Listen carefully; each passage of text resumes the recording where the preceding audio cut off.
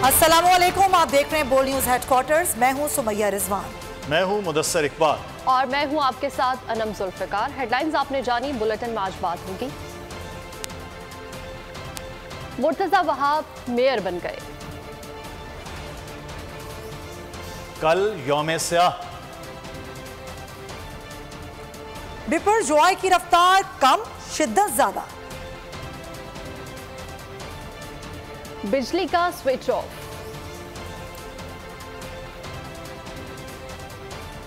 डार की डरावनी हकीकत। नवाज की BA डिग्री। और एशिया कप पाकिस्तान में। बुलेटिन के आगाज में सबसे पहले आपको बताएं कि पीपल्स पार्टी के मुर्तजा वहाब 173 वोट लेकर मेयर कराची मुंतखब हो गए। जमात इस्लामी के हाफिज नईम उर रहमान को 161 वोट मिले। पीपी के सलमान अब्दुल्ला मुराद ने डेप्यूटी मेयर के लिए मैदान मार लिया। आसिफ जरदारी, बिलावल भुट्टो समेत दीगर ने नौ मुंतखब मेयर को मुबारकबाद दी। जमात इस्लामी ने इलेक्शन कलअदम करार देने के लिए चीफ इलेक्शन कमिश्नर को खत लिख दिया। लिखा, 29 अरकान को अगवा करके वोट डालने से रोका गया। शहर की चाबी के हुसूल के लिए आर्ट्स काउंसिल में मैदान सजाया गया। बल्दियाती अरकान ने शो ऑफ हैंड के जरिए राय का इज़हार किया। 173 अरकान ने हिमायत का वजन मुर्तजा वहाब के पलड़े में डाल दिया। जमात इस्लामी के हाफिज नईम उर रहमान को 161 वोट मिले। अरकान ने PPE के सलमान अब्दुल्ला मुराद को डिप्टी मेयर मुंतखब कर लिया। वोटिंग के वक्त 36 अरकान गैर हाजिर रहे।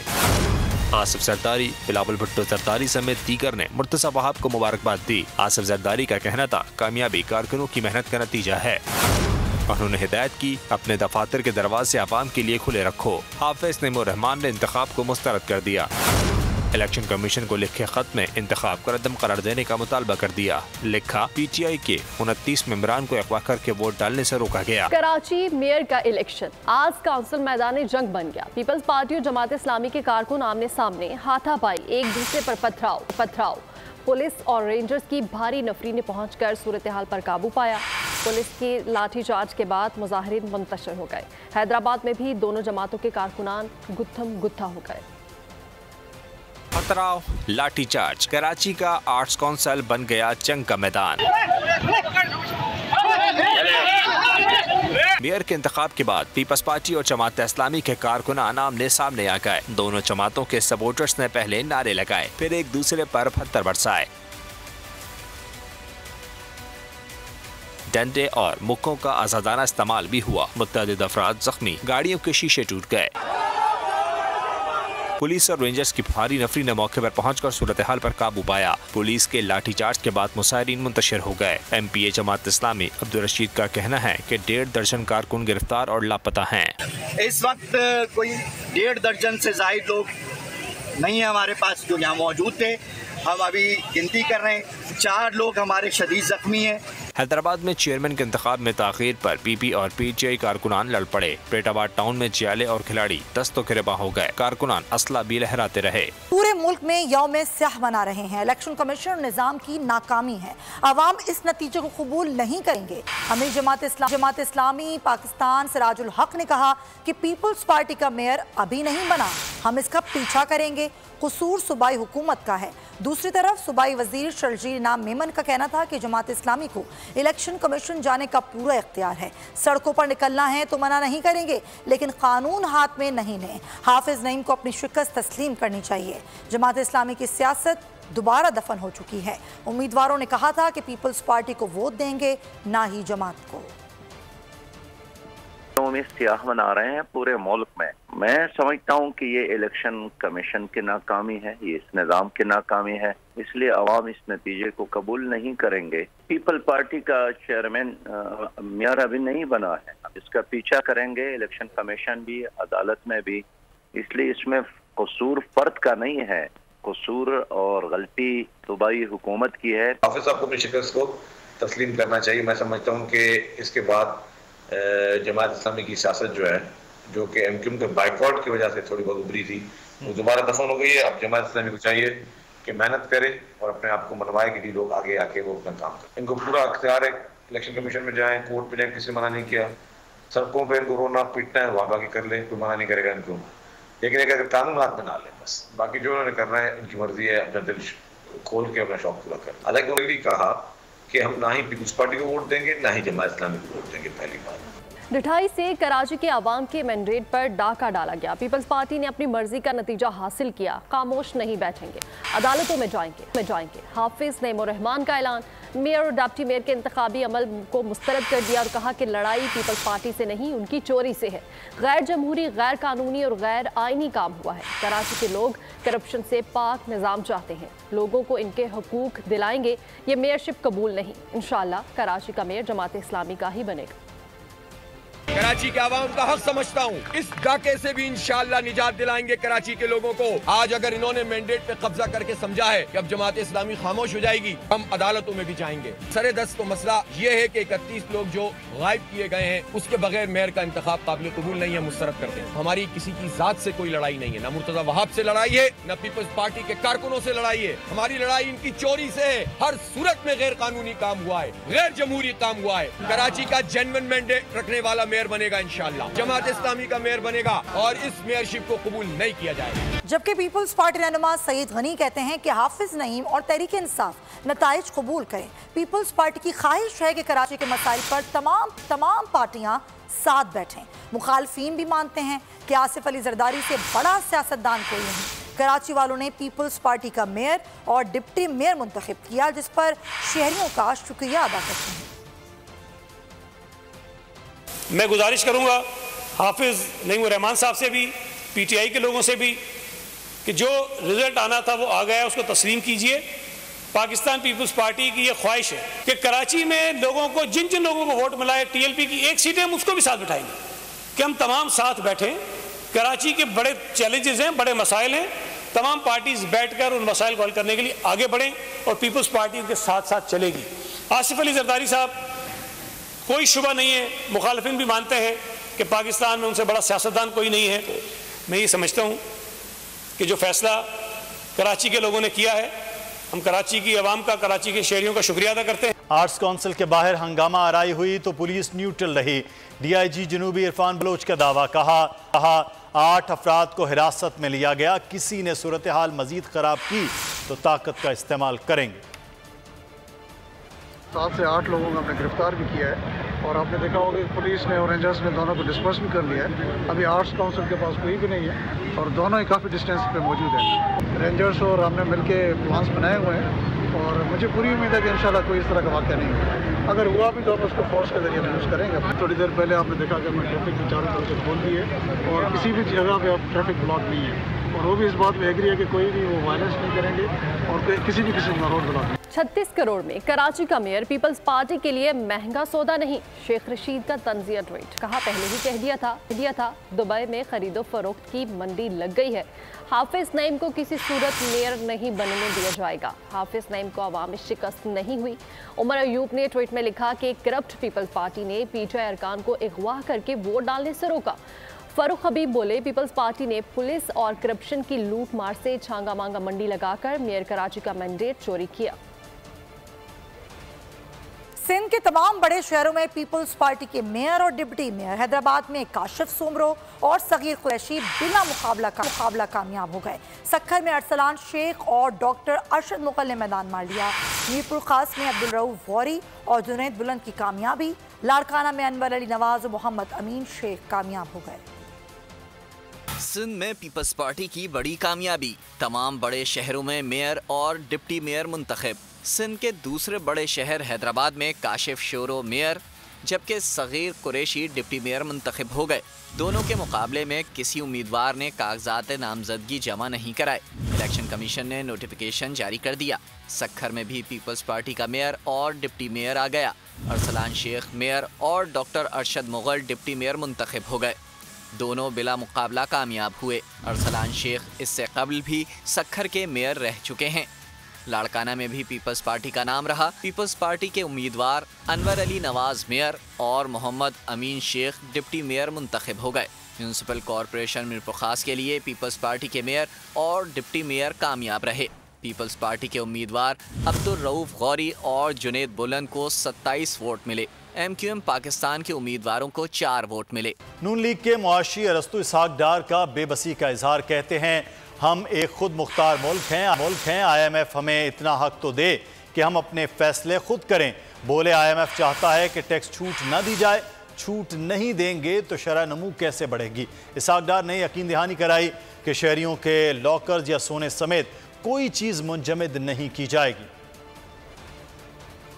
वज़ीर खजाना इसहाक डार की खजाना कमेटी को ब्रीफिंग, लॉकर्स या सोने समेत कोई चीज मुंजमद ना करने की यकीन दहानी। वज़ीर खजाना इसहाक डार ने कहा कि IMF चाहता है कि टैक्स छूट ना दी जाए। हम एक खुद मुख्तार मुल्क हैं, हमें इतना हक तो दें कि हम अपने फैसले खुद करें। IMF को मुत्तफिक होने के लिए ब्रीफिंग देंगे। IMF की हर बात नहीं मान सकते। टैक्स छूट नहीं देंगे तो शरह नमू कैसे बढ़ेगी। इसहाक डार ने कहा कि IT की तरक्की से नौजवानों को रोजगार देना चाहते हैं। IT की बरामदात को आइंदा 5 सालों में 15 अरब डॉलर तक लेकर जाएंगे। ज़राई शोबे को आइंदा माली साल 2250 अरब रुपए के ज़राई कर्जे दिए जाएंगे। वज़ीर खजाना ने कहा कि करेंसी, यूरिया और गंदम की स्मगलिंग हो रही है, इसे रोकने के लिए खुफिया एजेंसियों समेत इदारों से बातचीत की है। तरसीलात ज़र और बरामदात पाकिस्तान की आमदन का जरिया है। पाकिस्तान के दुश्मन झूठ बोलकर लोगों को डरा रहे हैं।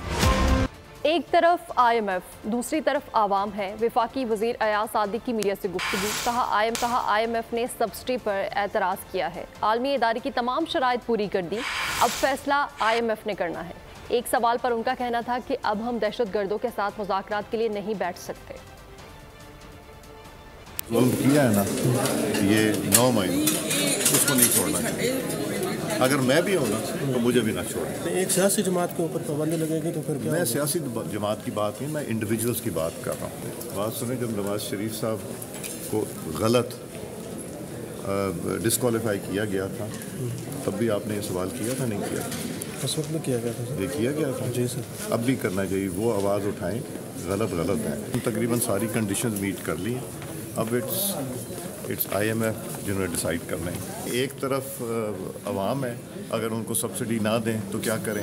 दूसरी तरफ IMF है, तो पाकिस्तान को जहां इमरान खान छोड़ के गए हैं उस चीज़ से निकलने की हम कोशिश कर रहे हैं और इंशाल्लाह निकलेंगे। समुद्री तूफान बिपरजॉय की पेशकदमी जारी है, ताहम साहिल के करीब पहुंचकर रफ्तार कदरे सुस्त हो गई है। केटी बंदर और मुल्हिका इलाके तूफान के निशाने पर हैं। फासला सिर्फ 130 किलोमीटर रह गया। अगले 2 से 3 घंटे अहमियत के हामिल हैं। बिपरी लहरों ने कई देहात डुबो दिए, खड़ी कश्तियां बह गई हैं। कराची से फासला 210 किलोमीटर है। शहर भी साहिली इलाके मुतासर होने लगे। सिंध की साहिली पट्टी पर वक्फे से बारिश जारी है। तूफान टकराने की सूरत में मुतासरा इलाके में 100 से 120 किलोमीटर की रफ्तार से हवा चलेगी। मुतासरा साहिल पर 8 से 12 फीट बुलंद लहरें उठेंगी। बिपरजॉय का लैंडफॉल, चीखता चिंगाड़ता पानी, तूफानी हवाओं की चाल, बहरा अरब की तारीख का ताकतवर तरीन तूफान की शिद्दत बरकरार। 200 घंटे से जायद समंदर में रहने के बाद खुश्की का रुख कर लिया। तूफान के गिर्द 140 से 180 किलोमीटर की रफ्तार से हवाएं चल रही हैं। मरकज में 30 फीट से जायद बुलंद लहरें तूफान को गैर मामूली बना रही हैं। बिपरजॉय का टारगेट केटी बंदर का साहिल और मोहल्ले का इलाका है। अगले 2 से 3 घंटे इस हवाले से अहमियत के हामिल हैं। उनके टकराने से 100 से 120 किलोमीटर की रफ्तार से हवा चलेगी। मुतासिरा साहिल पर 8 से 12 फीट बुलंद लहरें उठेंगी। केटी बंदर और गाड़ों में तेज बारिश जारी है। पानी 15 से जायद साहिली देहात में दाखिल हो गया। बदीन और साहिली इलाकों में मूसलाधार बारिश से मवासलाती निज़ाम दरहम बरहम हो गया और माड़ा में भी पानी दाखिल हो गया। बिपरी लहरें लंगर अंदाज कश्तियां बहा कर ले गईं। कराची तूफान के बराह रास्त निशाने पर नहीं मगर जद में ज़रूर है। रेडीकोट और हॉक्स बे पर समंदर का पानी सड़क पर आ गया। दुआ होटल और मरकजी शाहराह डूब गई। सीव्यू पर भी पानी दीवार के आर पार आ रहा है। कराची पर तूफान के असरात 2 से 3 रोज बरकरार रहेंगे। गरज चमक के साथ बारिश का सिलसिला हफ्ते तक जारी रह सकता है। तूफान बिपरजॉय आज केटी बंदर से टकराएगा। तूफान के असरात कराची में नजर आने लगे। लहरों की शिद्दत में इजाफा हो गया है। सुबह से कहीं हल्की और कहीं तेज बूंदाबांदी का सिलसिला भी जारी है। इस वक्त हमारे नुमाइंदे राजा इमरान सीव्यू पर मौजूद हैं। मजीद उनसे बात कर लेते हैं। राजा इमरान, बताएगा क्या सूरत हाल देख रहे हैं आप इस वक्त?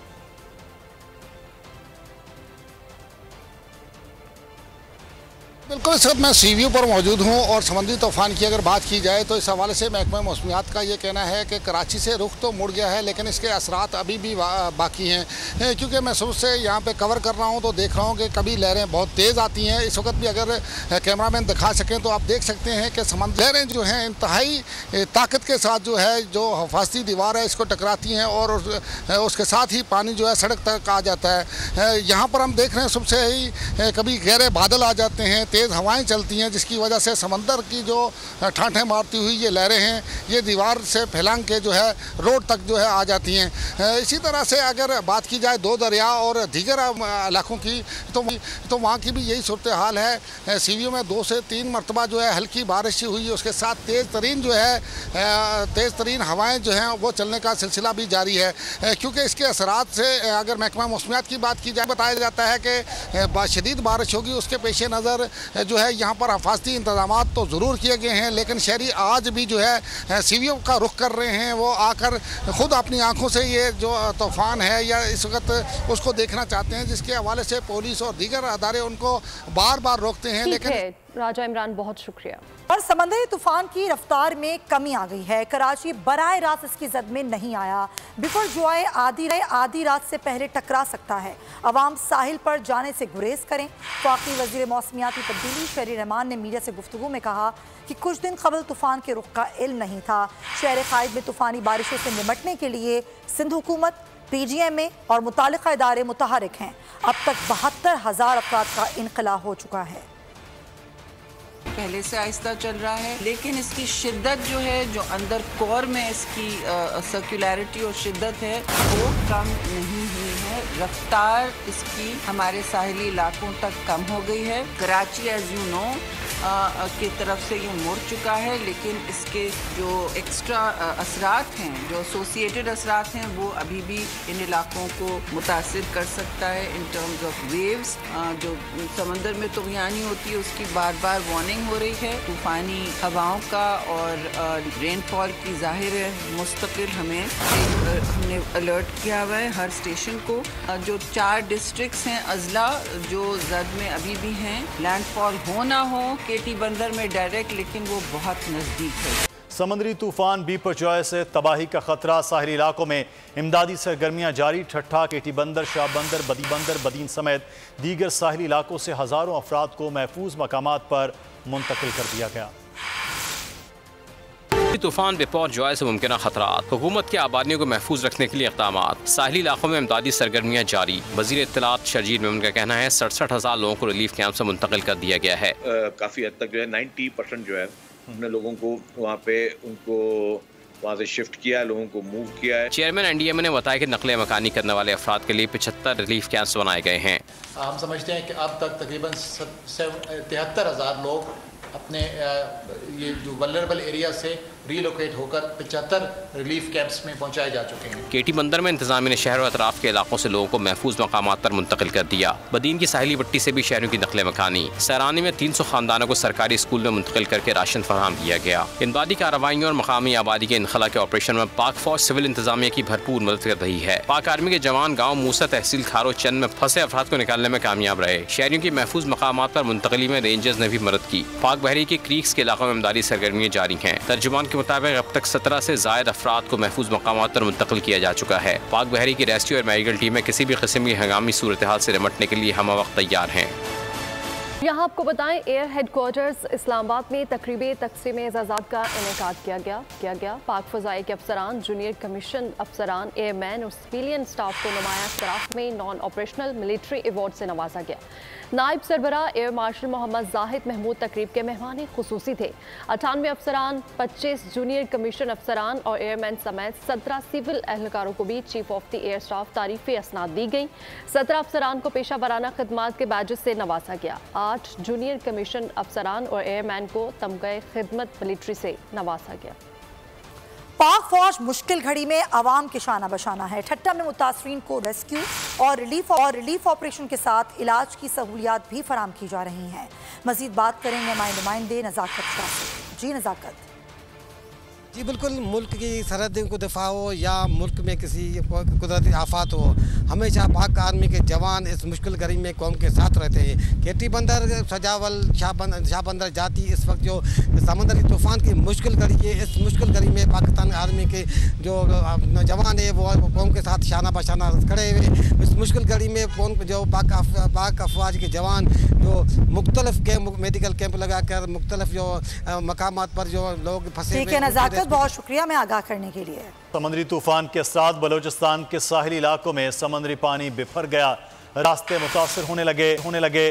सूबाई ट्रांसपोर्ट अथॉरिटी ने ट्रांसपोर्ट मालिकान को मकरान कोस्टल हाईवे और कोयटा कराची शाहरा पर सफ़र करने से गुरेज करने की हिदायत जारी कर दी। बाबर नसीर हमारे साथ ही मौजूद हैं, उनसे जानते हैं। जी बाबर, रास्तों के हवाले से अपडेट कीजिएगा। जी बिल्कुल, इस वक्त मैं मौजूद हूँ जेटी का ये रास्ता है, गडानी जेटी का रास्ता है जो मुसलसल जो है समुद्री तूफान के पेश नज़र जो लहरों में इजाफा हुआ, पानी बाहर निकलने से रास्ते जो मुसलसल मुतासर हो रहे हैं। इस वक्त जो है वो जेटी के रास्ते को मेरा कैमरामैन आपको देखा तो हद निगाह यहाँ पे समंदर का, इसी तरह गडानी शिप ब्रेकिंग यार्ड का जो रास्ता है वो भी मुतासर हुआ। अब्दुल्ला डगारज़ई गोट का रास्ता तीसरा दिन आज जो है मुतासर है। इसी हवाले से जो है वो अलर्ट जारी करते हुए सूबाई ट्रांसपोर्ट अथॉरिटी ने जो एक हिदायतनामा जारी किया है ट्रांसपोर्टर्स को। बहुत शुक्रिया बाबर आपका। 436 पाकिस्तानियों की जायदादों का केस किन हालात में पनामा केस से अलग किया गया? क्या बैरून मुल्क जायदादों का मामला इनकम टैक्स ऑर्डिनेंस 2001 के तहत नहीं आता? सुप्रीम कोर्ट ने जमात इस्लामी की दरख्वास्त पर 9 सवालात पूछ लिए। अदालत ने केस का तहरीरी हुक्मनामा जारी कर दिया। मजीद समाअत 1 माह के लिए मुलतवी कर दी गई। पनामा लीक्स में 436 पाकिस्तानियों की जायदादों की तहकीकात, जमात इस्लामी की दरख्वास्त से मुतालिक तहरीरी हुक्मनामा जारी। सुप्रीम कोर्ट ने दरख्वास्त गुजार के सामने 9 सवालात रख दिए। अदालत आलिया ने पूछा क्यों और किन हालात में इस केस को पनामा केस से अलग किया गया। क्या बैरून मुल्क जायदादों का मामला इनकम टैक्स ऑर्डिनेंस 2001 के तहत नहीं आता? क्या टैक्स वाजिबात की अदायगी FVR अफसरान के इख्तियार में नहीं आती? क्या बैरून मुल्क जायदादों की खरीद के लिए भेजी गई रकूम स्टेट बैंक और फॉरेन एक्सचेंज मैनुअल से मुतालिका नहीं? क्या FVR और स्टेट बैंक के पास इन मामलात पर अज खुद फैसलों का निज़ाम नहीं? क्या दरख्वास्त गुजार ने स्टेट बैंक, FVR, FIA और दीगर इदारों से रुजू किया? मुतालिका इदारों की मौजूदगी में इन मामलात पर इंक्वायरी के लिए क्या अलग से कमीशन बनाया जाना चाहिए? अदालत ने पूछा अलग से कमीशन कायम करने से क्या मुतालिका इदारों का काम मुतासिर नहीं होगा? क्या 436 अफराद को नोटिस किए बगैर कमीशन कायम किया जा सकता है? अदालत पहले ही करार दे चुकी। जमात इस्लामी की दरख्वास्त काबिल समाअत है। अगर अदालत पहले करार ना दे चुकी होती तो काबिल समाअत होने का सवाल उठ सकता था। सुप्रीम कोर्ट ने मुकदमे की समाअत 1 माह के लिए मुलतवी कर दी। परवेज इलाही के खिलाफ पंजाब असेंबली में भर्तियों में बदउनवानी का केस। फाजिल जज ने दरख्वास्त जमानत की समाअत से इनकार कर दिया। कल सीनियर स्पेशल जज एंटी करप्शन खालिद महमूद भट्टी समाअत करेंगे। फाजिल जज ने रिमार्क्स दिए कि प्रोसिक्यूशन का रवैया नाकाबिले बर्दाश्त है। साबिक वजीर आजम नवाज शरीफ की BA की डिग्री गुम हो गई। नवाज शरीफ ने डुप्लीकेट डिग्री के उसूल के लिए अप्लाई कर दिया है। नवाज शरीफ ने BA की डिग्री के लिए यूनिवर्सिटी से रब्ता कर लिया है। नवाज शरीफ ने 1968 में BA किया था और उन्होंने 340 नंबर लिए थे। डुप्लीकेट डिग्री के लिए 2990 रुपए बैंक में जमा भी करा दिए गए हैं। और 2 मजीद शख्सियात का PTI से अलग होने का ऐलान। सरगोदा से ताल्लुक़ रखने वाले साबिक सूबाई वजीर अंसर मजीद नियाज ने कहा 9 मई के वाक़यात के बायस पार्टी छोड़ रहा हूँ।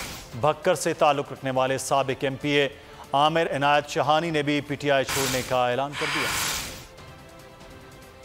शदीद मज़म्मत करता हूँ।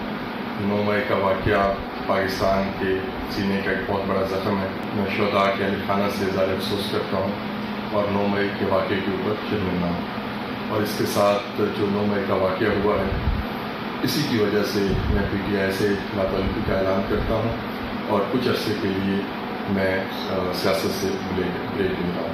9 मई के वाक़यात की मज़म्मत करता हूँ और जो मुल्क में इंतशार पैदा हुआ है इस वजह से PTI से अलहदगी इख्तियार करता हूँ और आइंदा का लायामल दोस्तों की मुशावरत से तय करूँ। हाफिज मुनसब अवान ने पीटीआई से लाताल्लुकी का ऐलान कर दिया। पीपी 151 लाहौर से टिकट होल्डर मुनसब अवान ने पार्टी छोड़ने का ऐलान किया।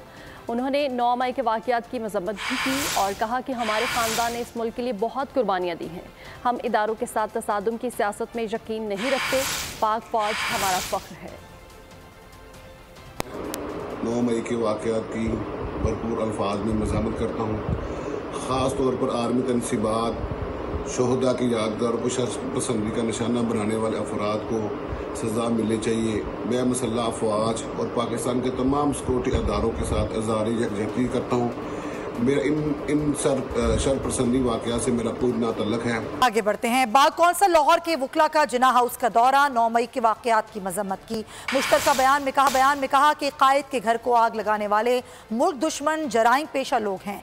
9 मई को तमाम शहरों में एक मखसूस इदारे को टारगेट करना बैरूनी एजेंडे का हिस्सा साबित होता है। वकला हमेशा पाक अफवाज के साथ खड़े रहेंगे।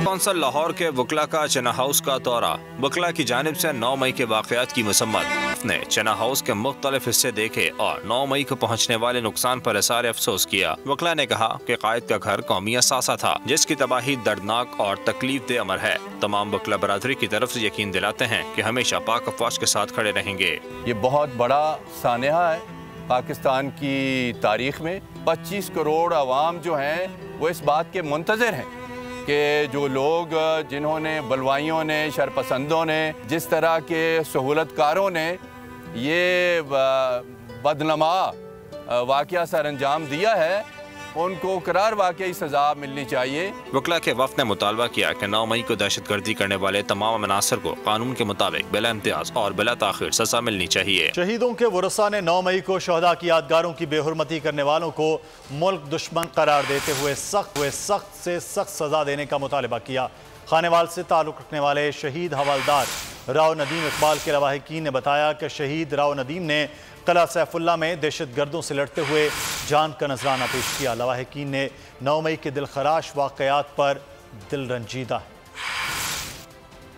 समंदर पार पाकिस्तानियों का भी पाक फौज से मोहब्बत का इजहार। पाक फौज को रेड लाइन करार दे दिया। कहा सानिया 9 मई के मुल्ज़िमान को किसी सूरत मुआफ़ नहीं किया जाएगा। मुझे लगता है कि वो पाकिस्तान का एक बड़ा स्ट्रॉन्ग इंस्टीट्यूशन है और इट शुड बी रिस्पेक्टेड। मेरा ख्याल है कि ये तो किसी भी थर्ड वर्ल्ड कंट्री का, मतलब किसी बैकवर्ड कंट्रीज में भी ऐसे नहीं होता कि आर्मी के अगेंस्ट इस तरह सोची समझी तरीके से साजिश की जाए और तोड़फोड़ की जाए। आर्मी जो है वो किसी भी कंट्री की रेड लाइन होती है। पे बहुत अफसोस हुआ है जी, बहुत ज़्यादा गलत हुआ है आर्मी के साथ, ऐसा नहीं करना चाहिए था और इंशाल्लाह पाक फौज के साथ खड़े हैं शाना बशाना। तो एबटाबाद में मायरा खान की बेटे के अम्बिया गलियात की सैर। मायरा खान घोड़सवारी के दौरान गिरने से बाल बाल बच गईं। मायरा खान ने खुद को बचाने वाले शख्स का शुक्रिया भी अदा किया। मारूफ अदाकारा मायरा खान अपने ट्रैवल व्लॉग में सोशल मीडिया अकाउंट पर उन्होंने शेयर भी की बात और साथ ही अदाकारा ने उनकी मदद करने वाले शख्स का शुक्रिया भी अदा किया। बिपरजॉय तूफान के खतरात कराची के साहिल तक पहुंच गए। समुद्री तूफान और शदीद बारिशों में नुकसान से बचने के लिए आवाम ये एहतियाती तदाबीर इख्तियार करें। दफा 144 पर अमल करें और हरगिज साहिल का रुख न करें। साहिल समंदर के नशेबी इलाकों में रिहाइश पजीर अफराद फौरी तौर पर महफूज जगह पर मुंतकिल हो जाएं। दौरान बारिश और आंधी में गैर जरूरी बाहर निकलने से परहेज करें। तमाम जरूरी अद्वियात प्लास्टिक के बैग में अपने साथ रखें। बिजली के तार और खंभों से दूर रहें और उन्हें हरगिज ना छुएं, ये जानलेवा हो सकती हैं। गाड़ी चलाते हुए एहतियात करें और स्लो ड्राइविंग करें। गाड़ियों और मोटरसाइकिल को बिजली के खंभों के नीचे पार्क मत करें। दरख्तों, साइन बोर्ड्स और पीएमटी के नीचे खड़े ना हों। जनरेटर या पानी की मोटर को गीला होने से हत्तुल इम्कान बचाएं। सिंध हुकूमत और एनडीएमए की जानिब से अवामी इमदाद के लिए हेल्पलाइन नंबर जारी किए गए हैं। आवाम से गुजारिश है किसी भी इमरजेंसी की सूरत हाल से निपटने के लिए स्क्रीन पर मौजूद इन नंबर्स पर फौरी राब्ता करें। आंधी और तूफान से बचने की दुआ। ए अल्लाह, इसे रहमत बना और इसे अजाब ना बना। ए अल्लाह, इसे नफे वाली हवा बना और नुकसान वाली हवा ना बना।